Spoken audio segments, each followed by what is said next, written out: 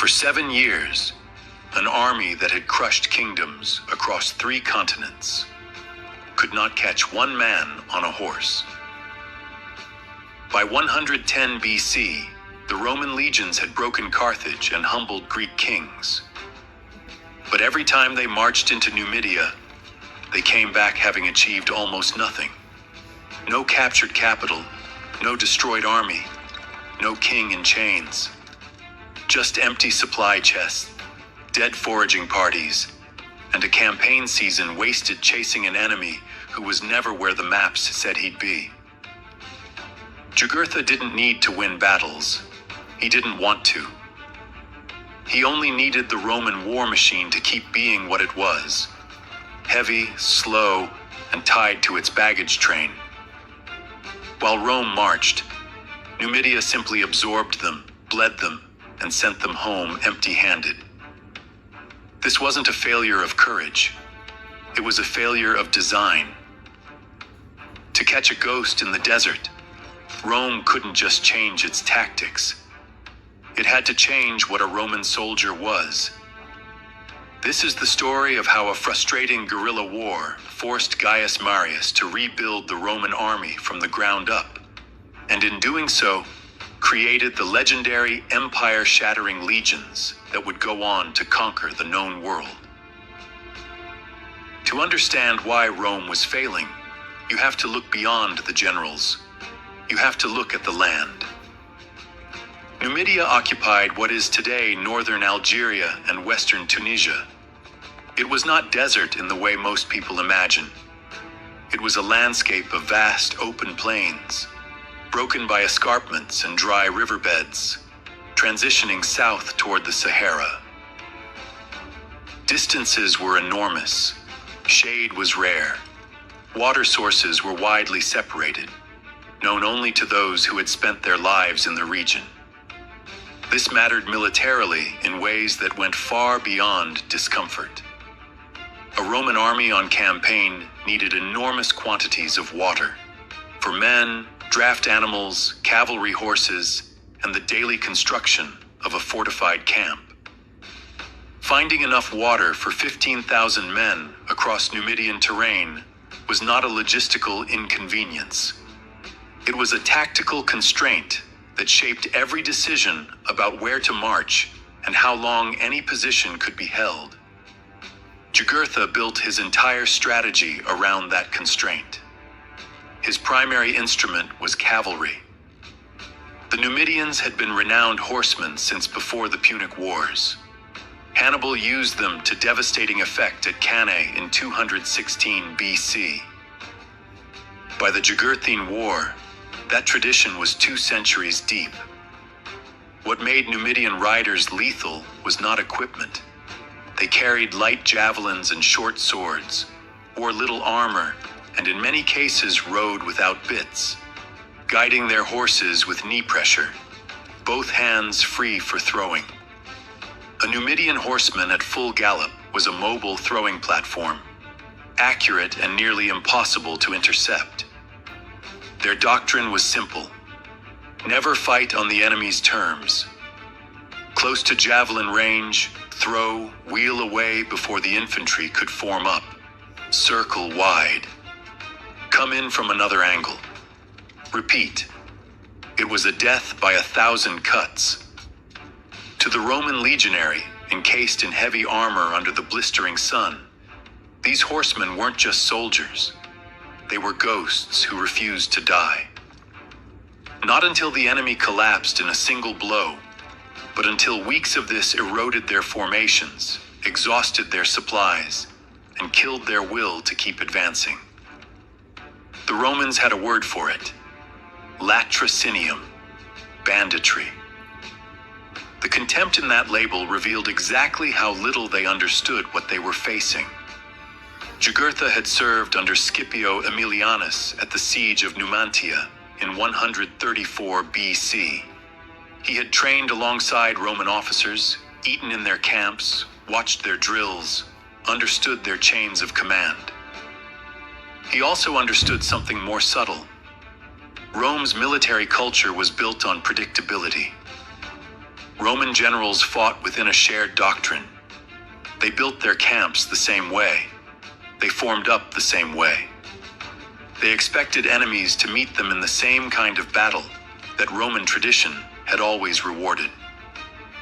When Jugurtha returned to Numidia and maneuvered his way to the throne, through a combination of political pressure, assassination, and the kind of sustained bribery that earned him the famous remark attributed to him that Rome was a city for sale.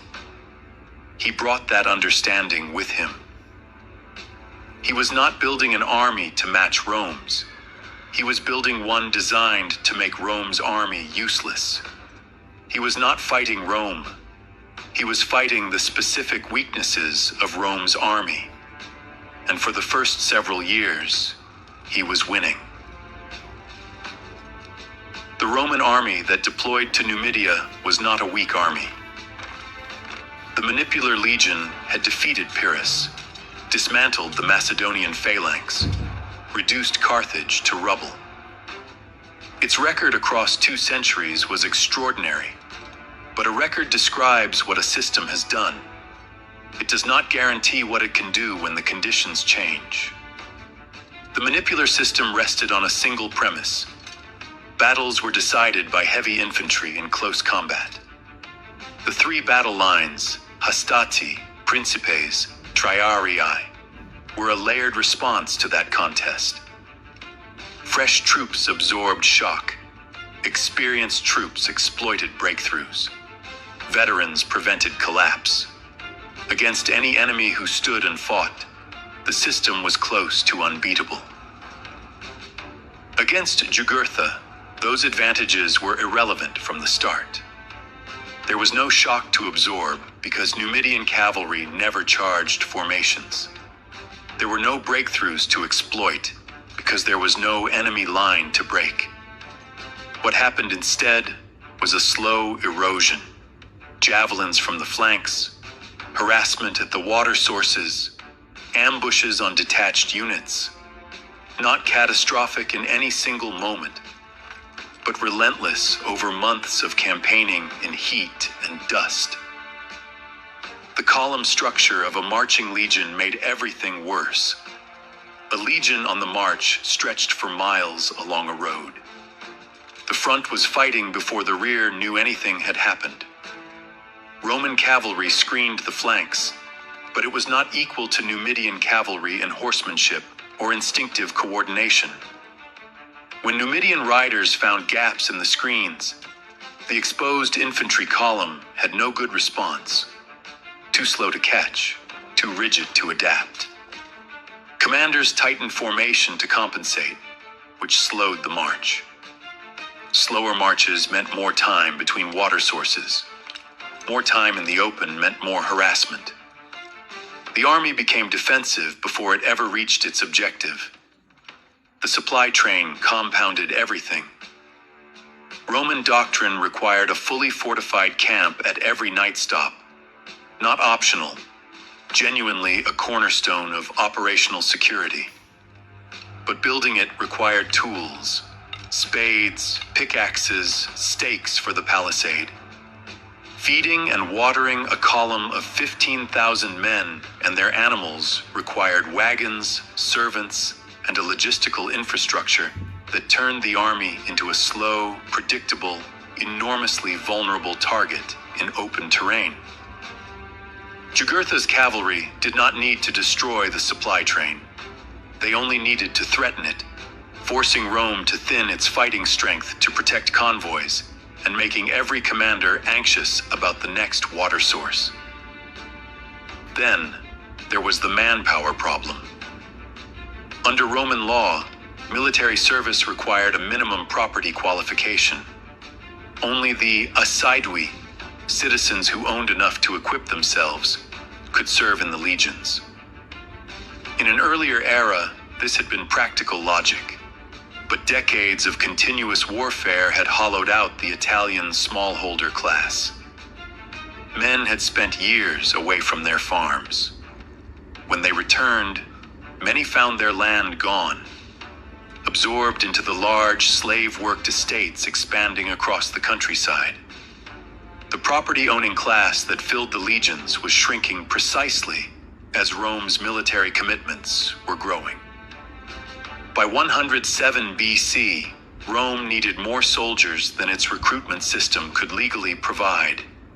The men existed.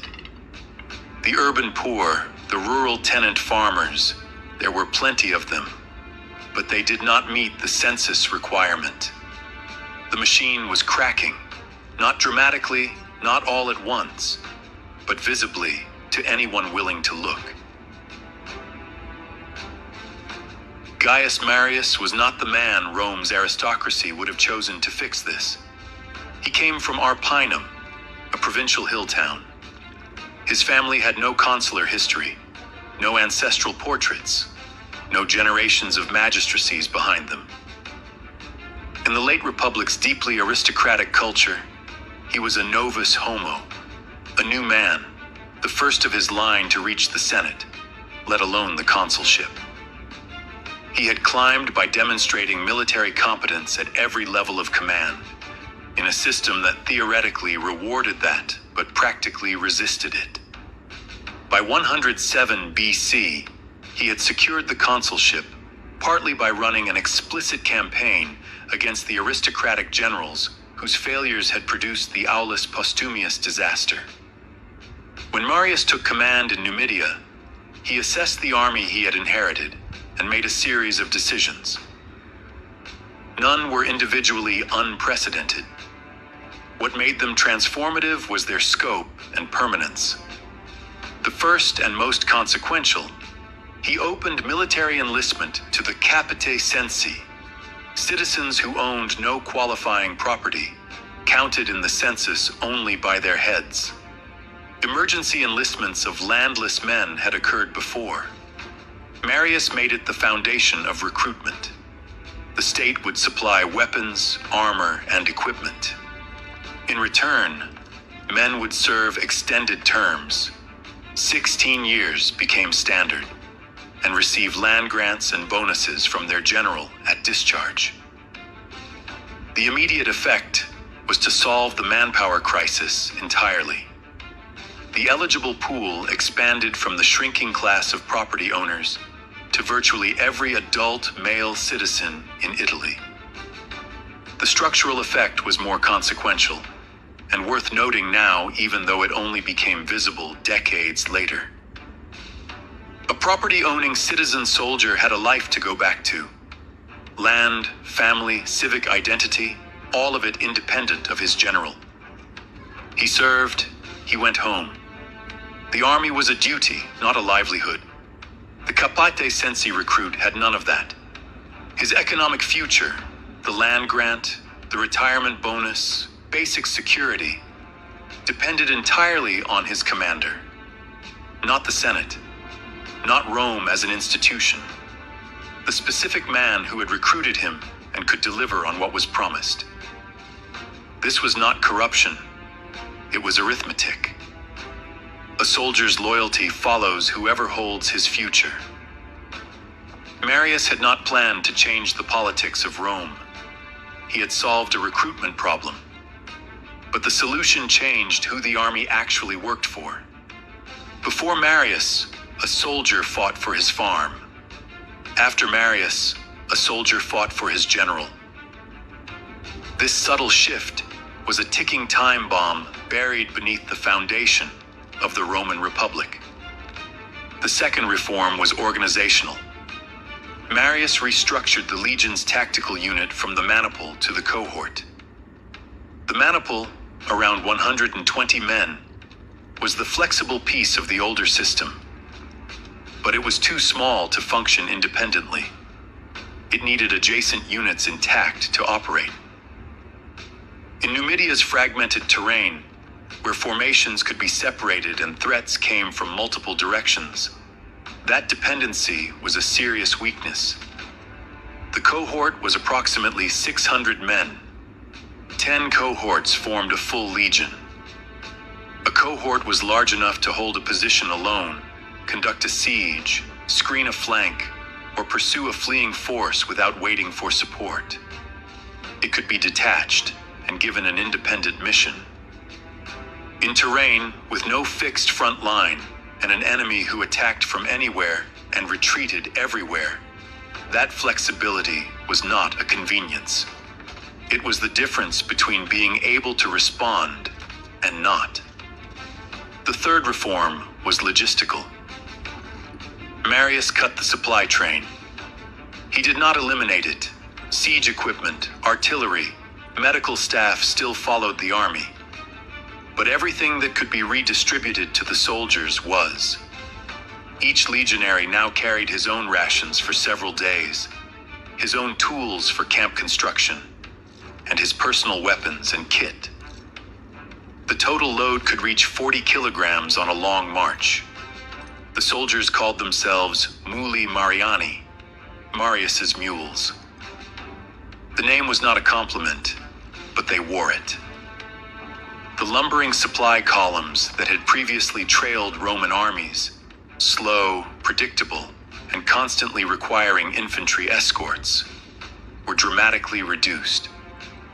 The legion could now sustain movement at a pace and over distances that the old system never could. Continuous pursuit became operationally possible for the first time. The fourth reform was standardization. The same weapons, the same training sequence, the same tactical responses across every cohort. The pilum, the heavy javelin, was modified so its iron shank bent on impact, preventing retrieval and reuse by the enemy. Replacements could be integrated quickly into any unit. Losses did not degrade cohesion. The army became internally predictable in a way that made it externally unpredictable. What Marius had built was not a radically alien fighting force. Roman soldiers still formed up, still depended on discipline, still built their camps every night.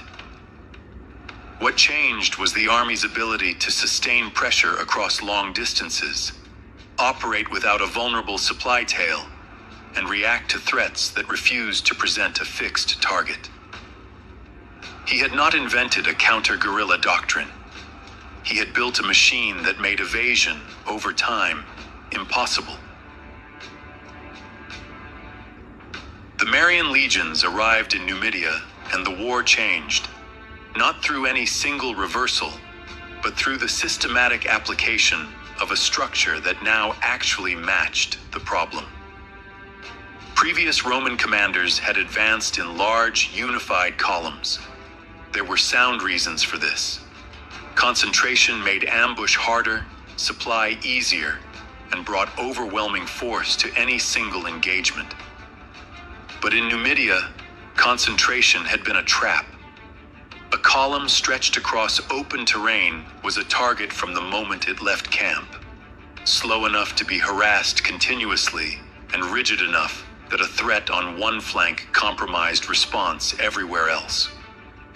Marius advanced in multiple coordinated detachments, close enough to support each other, spread enough to cover multiple axes simultaneously.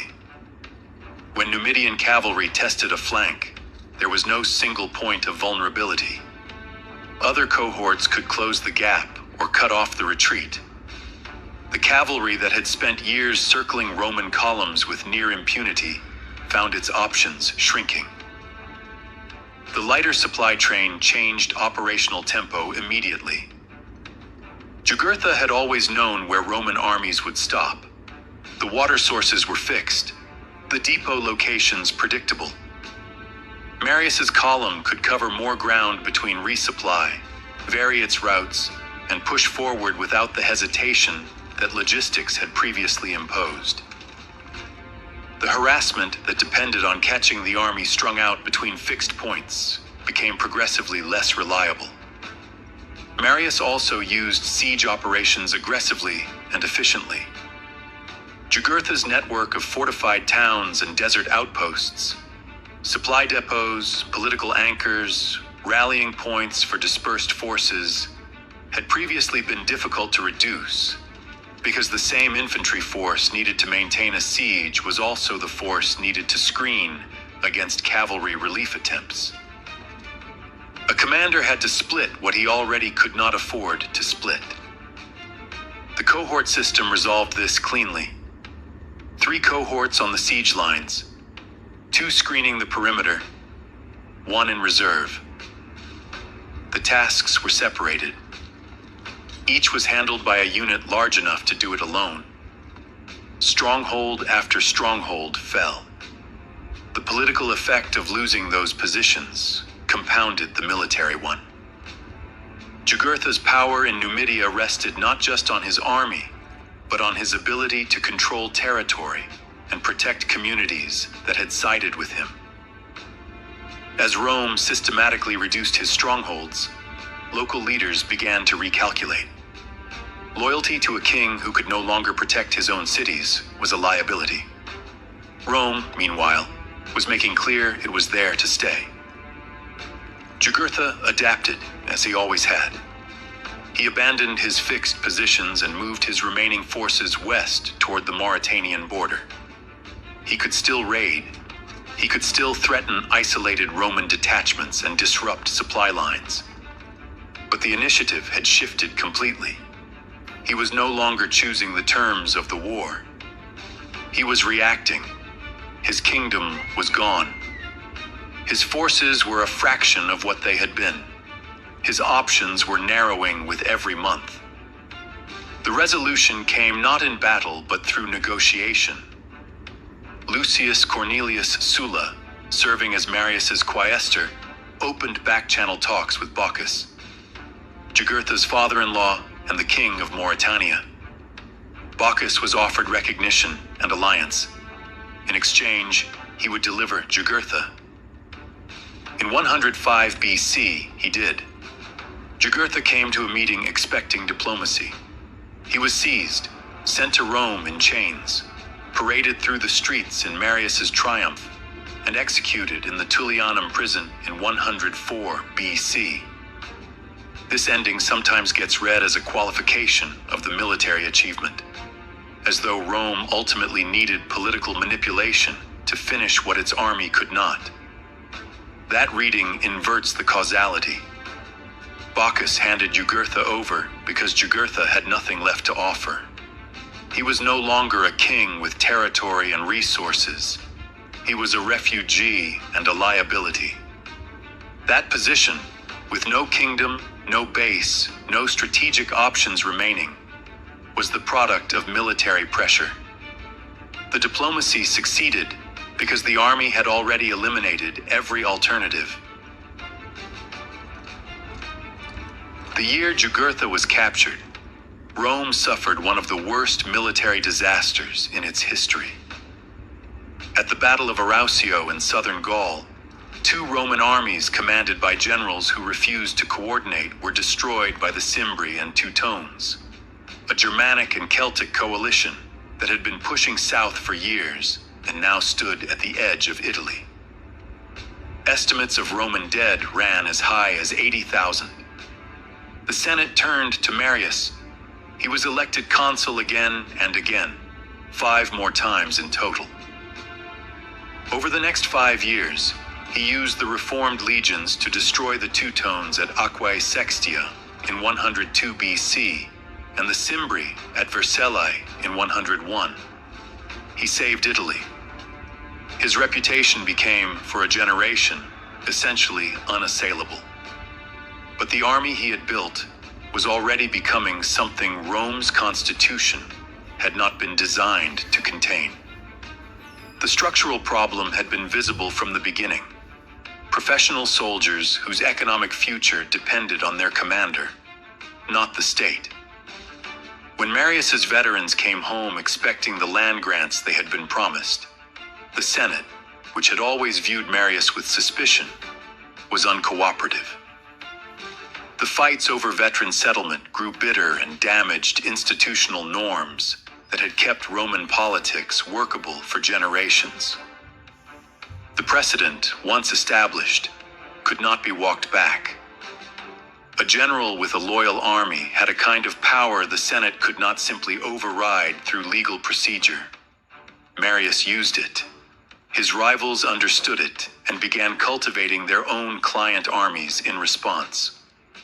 Within 20 years of the Jugurthine War's end, Lucius Cornelius Sulla, the same Sulla who had taken custody of Jugurtha from Bocchus and who had spent the years since nursing a grievance over Marius taking credit for it, marched 6 legions on Rome in 88 BC. Not a metaphor. Under arms into the city itself. It had never happened before in Roman history. The Republic had no institutional mechanism for responding to it. There was no emergency procedure designed for the possibility that a Roman general would turn his own army on Rome, because no one had imagined a Roman general would. It would happen again and again.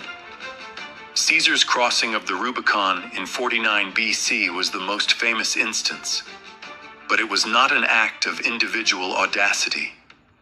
It was the logical product of structural conditions that had existed since Marius rebuilt the recruitment system. Rome needed professional armies to defend provinces that stretched across 3 continents. Professional armies required commanders with the resources and authority to sustain them across years of campaigning.